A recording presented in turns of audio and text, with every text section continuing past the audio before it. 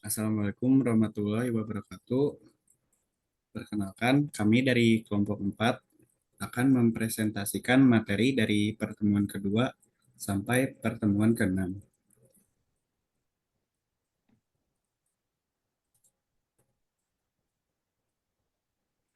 Jadi, sebelum masuk ke dalam materinya, kelompok ini terdiri dari 3 orang. Yang pertama bernama Dwiki Sumarlin, yang kedua Andika Pratama, yang ketiga saya sendiri, Revan Kuyandriansyah. Lalu pada PowerPoint ini berisi materi tentang pertemuan kedua yaitu dasar-dasar komputer, materi ketiga macam-macam sistem bilangan, materi keempat materi keempat itu perangkat lunak, pertemuan kelima itu jaringan komputer, dan pertemuan terakhir itu sistem operasi. Kita langsung saja masuk ke pertemuan kedua ini. Jadi pada pertemuan kedua ini membahas dasar-dasar komputer. Pada dasar-dasar komputer itu jadi terdiri dari 4 bagian. Yang pertama itu monitor, yang kedua keyboard, yang ketiga mouse, dan yang terakhir itu CPU. Jadi yang pertama itu monitor. Monitor itu berfungsi untuk menampilkan gambar atau output dari sebuah komputer. Nah, pada dasarnya layar ini tuh terdiri ada beberapa tipe. Yang pertama tabung CRT, layar LCD, dan layar LED.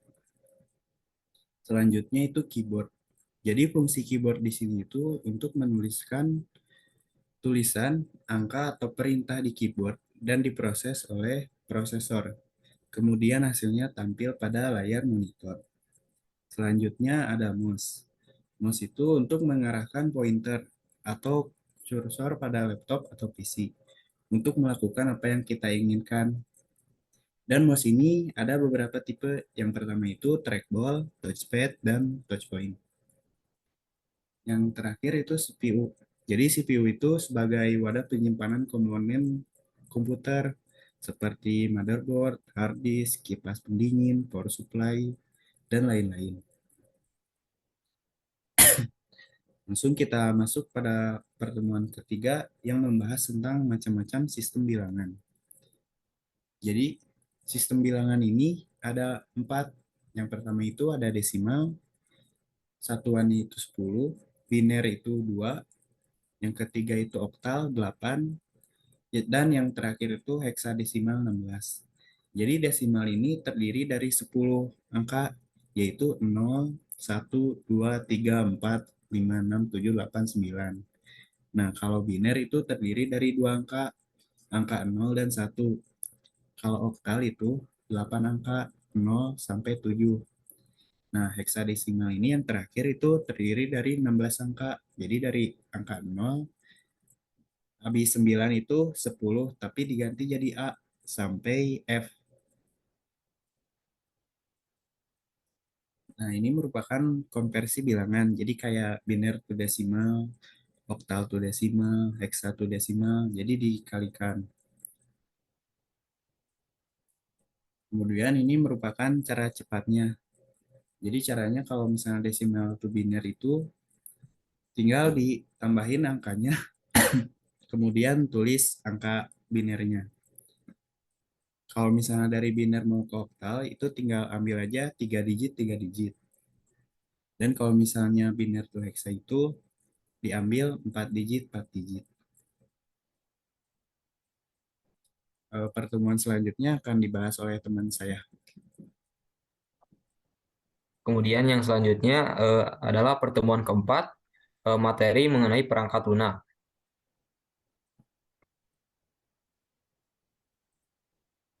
Perangkat lunak atau software adalah kumpulan dari program-program yang digunakan untuk menjalankan suatu komputer. Nah, perangkat lunak sendiri terbagi menjadi beberapa kelompok. Yang pertama adalah operating system, terus aplikasi pengolah kata, pengolah angka, pengolah gambar, aplikasi manajemen basis data, dan bahasa pemrograman. Yang pertama, operating system. Operating system yakni program yang diperlukan untuk menyimpan semua sistem hardware dan software yang berjalan secara bersamaan. Nah, operating system ini diantaranya ada MS-DOS, ada Unix, ada Android, ada macOS, Linux, Chrome OS, Amiga OS, Sun Solaris, AIX, Symbian OS, dan lain sebagainya. Kemudian ada paket pengolah kata. Nah, paket pengolah kata adalah paket program yang dirancang untuk memudahkan kita di dalam menggunakan komputer sebagai alat pengolah kata. Paket pengolah kata diantaranya ada Microsoft Word, WPS Office, WordStar, Google Docs, Abi Word, Corel Word Perfect, Star Office Writer, Lotus Word Pro, Notepad, dan Microsoft 365. Selanjutnya adalah paket pengolah angka. Paket pengolah angka adalah suatu program komputer yang membuat layar komputer dapat dipakai sebagai lembaran kerja yang berbentuk baris-baris dan kolom-kolom. Nah, di antaranya ada Microsoft Excel, Google Spreadsheet, Lotus 123, Casprint, Star Office Calc. Selanjutnya ada Genome Office atau Genomeric, Polaris Office, WinZ, VisiCalc, Open Office Calc, dan banyak lain sebagainya. Lalu ada paket pengolah gambar. Paket pengolah gambar ini sangat cocok untuk dipakai di dalam pengolahan berbagai macam jenis aplikasi, entah itu di bidang desain atau yang berhubungan dengan gambar. Misalnya desain sebuah produk, pembuatan iklan, pengumuman, informasi, presentasi, dan sebagainya.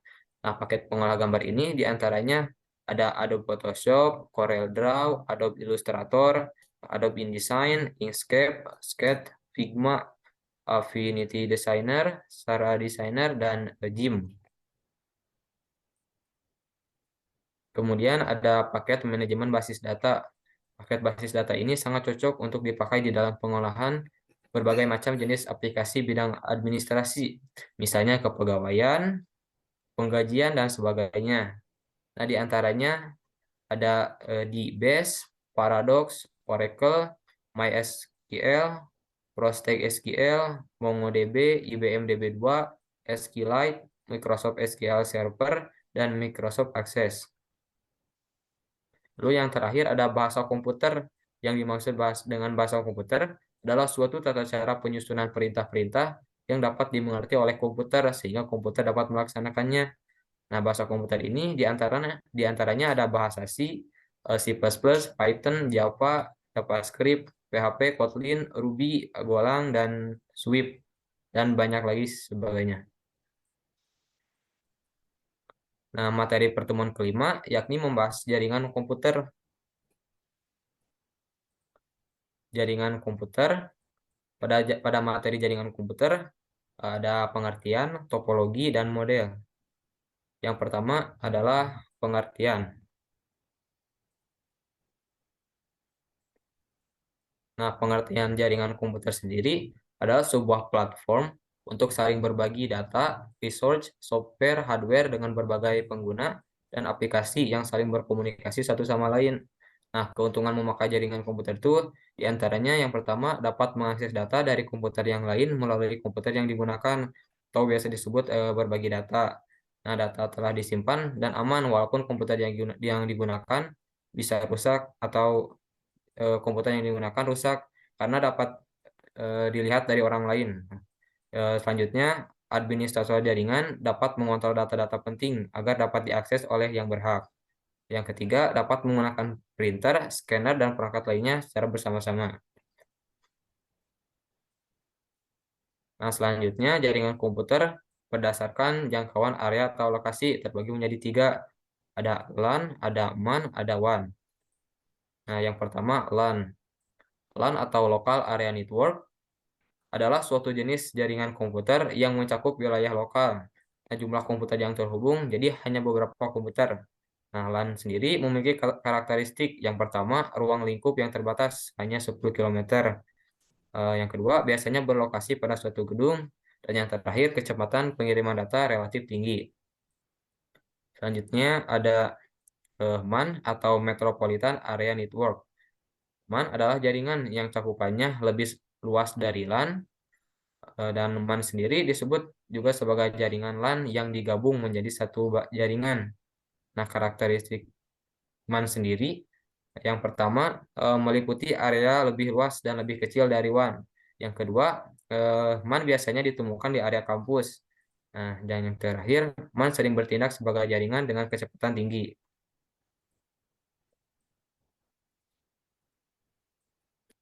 Nah, yang terakhir ada WAN atau Wide Area Network, yakni jaringan yang area luasnya mencakup area yang besar.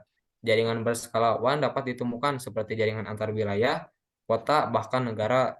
Nah, WAN sendiri memiliki karakteristik yang pertama menghubungkan perangkat yang dipisahkan oleh wilayah geografis yang luas. Yang kedua menggunakan jasa operator dan yang ketiga menggunakan koneksi serial dari berbagai jenis untuk mengakses bandwidth yang di daerah geografis yang luas. Selanjutnya, setelah pengertian ada topologi. Topologi ini adalah layout atau tata letak bagaimana komputer atau peralatan jaringan saling terhubung berkomunikasi di antara mereka. Nah, bentuk topologi itu ada 5. Yang pertama ada star, ada bus, ada ring, ada mesh, ada hybrid. Nah, yang pertama topologi star. Topologi star adalah bentuk topologi yang paling umum, di mana semua komputer ke titik pusat pengkabelan terhubung seperti ke hub atau switch. Nah, jika ada paket data yang dikirimkan salah atau dari satu komputer ke komputer lain, maka semua data harus melewati hub atau switch terlebih dahulu sebelum menuju ke komputer tujuan. Yang selanjutnya ada topologi bus, yakni pada topologi ini semua komputer dan peralatan jaringan terhubung dengan sebuah kabel tunggal yang bertipe koaksial. Nah, topologi ini mudah dan murah diimplementasikan, namun sudah jarang digunakan karena tidak efisien. Karenanya semua data harus melewati satu kabel utama sehingga mudah akan terjadi tabrakan data atau yang biasa disebut data collision. Selanjutnya ada topologi ring. Pada topologi ini semua komputer terhubung dalam bentuk lingkaran tertutup. Nah, jadi setiap paket data akan berkeliling dalam arah yang sama atau unidirectional traffic sampai menemukan komputer tujuan. Nah, instalasi dan konfigurasinya mudah, namun sulit dalam troubleshoot. Karena jika salah satu komputer atau kabel mengalami gangguan, maka seluruh jaringan akan lumpuh. Tapi pada saat ini topologi ring sudah jarang ditemukan juga. Selanjutnya ada topologi mesh. Nah, pada topologi mesh, setiap komputer di jaringan saling terhubung satu sama lain. Jadi, pada satu perangkat komputer bisa terdiri dari beberapa network card dan juga ada lebih dari satu kabel yang terhubung. Hal tersebut membuat topologi ini menjadi mahal sehingga jarang digunakan. Namun, topologi mesh ini adalah topologi yang digunakan pada jaringan internet sekarang ini. Jadi, jaringan internet adalah contoh sempurna untuk topologi mesh ini.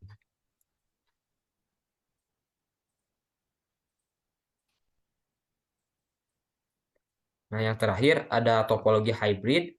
Nah, topologi hybrid ini sesuai dengan namanya, yakni kombinasi dari implementasi topologi yang berbeda-beda.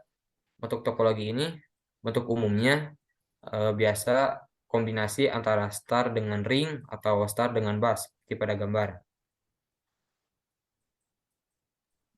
Yang selanjutnya model.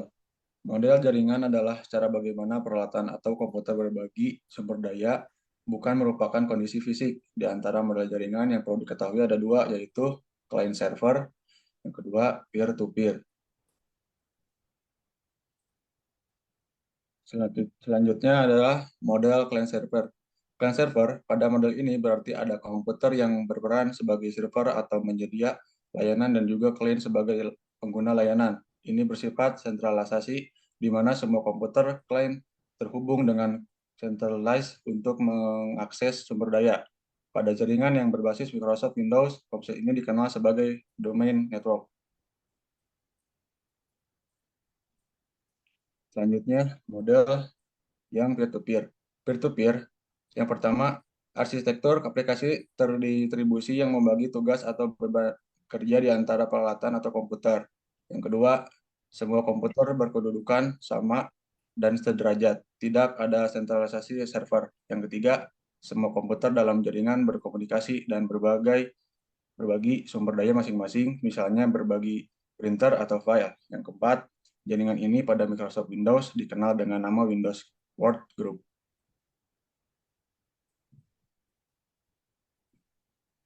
Nah, yang selanjutnya, pertemuan ke-6 akan membahas sistem operasi. Di pertemuan ke-6 ini, ada sistem operasi yang ada 4 bagian. Yang pertama pengertian OS, yang kedua contoh OS, yang ketiga fungsi OS, dan yang terakhir adalah cara kerja OS.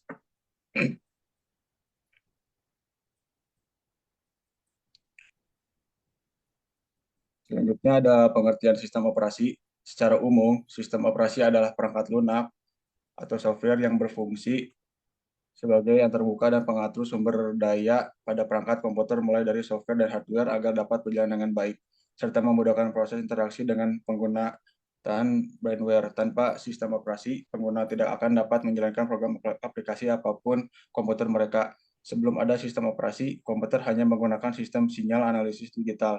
Namun seiring perkembangan iptek, saat ini terdapat berbagai sistem operasi, keunggulannya masing-masing seperti Linux, Android, iOS, Mac OS X, dan Microsoft Windows. Sistem komputer tersendiri dari hardware, kernel, dan interface. Hardware merupakan bentuk fisik dari sebuah sistem komputer.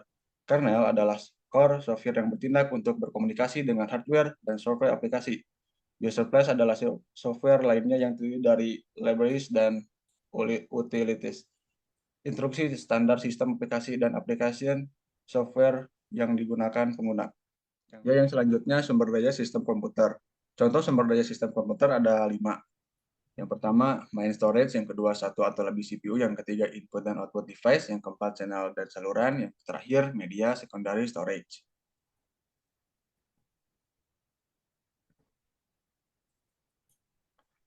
Yang selanjutnya, fungsi sistem operasi.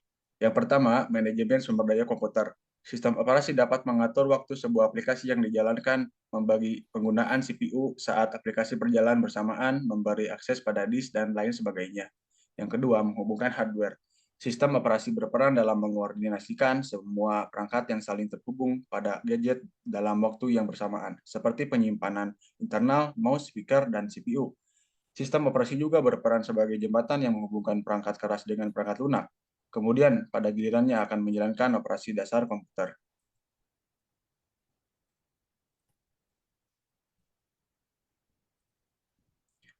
Yang selanjutnya, fungsi sistem operasi. Yang pertama, tampilan antarmuka bisa disebut interface, memberikan tampilan antarmuka yang nyaman dan mudah untuk dioperasikan, sehingga kita tidak perlu memasukkan perintah yang rumit untuk menjalankan hardware atau software komputer. Yang kedua, mengoptimalkan fungsi komputer. Tanpa adanya sistem operasi, penggunaan hanya dapat menjalankan program booting.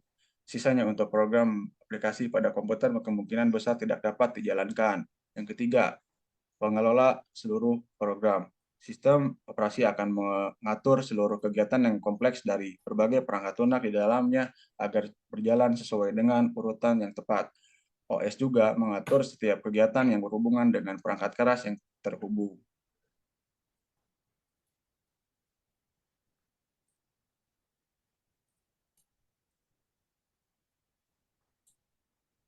Yang selanjutnya, cara kerja sistem operasi.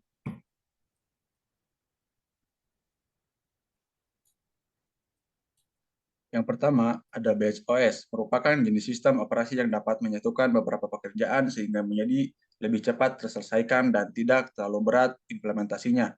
Yang kedua, distributed OS, menggunakan beberapa prosesor di berbagai mesin untuk memudahkan komputasi yang nantinya diberikan kepada user secara cepat dengan akurasi yang tepat. Yang ketiga, mobile OS, merupakan operasi sistem yang didesain khusus untuk kebutuhan perangkat mobile atau disebut Android dan iOS.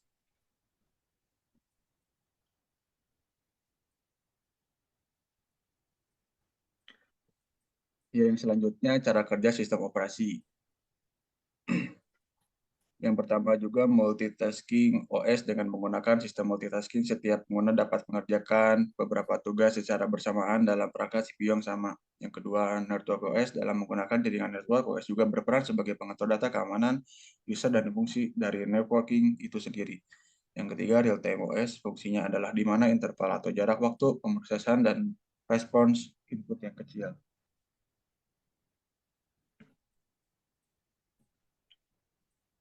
Baik, terima kasih. Sekian dari kami. Mohon maaf bila ada kesalahan. Wassalamualaikum warahmatullahi wabarakatuh.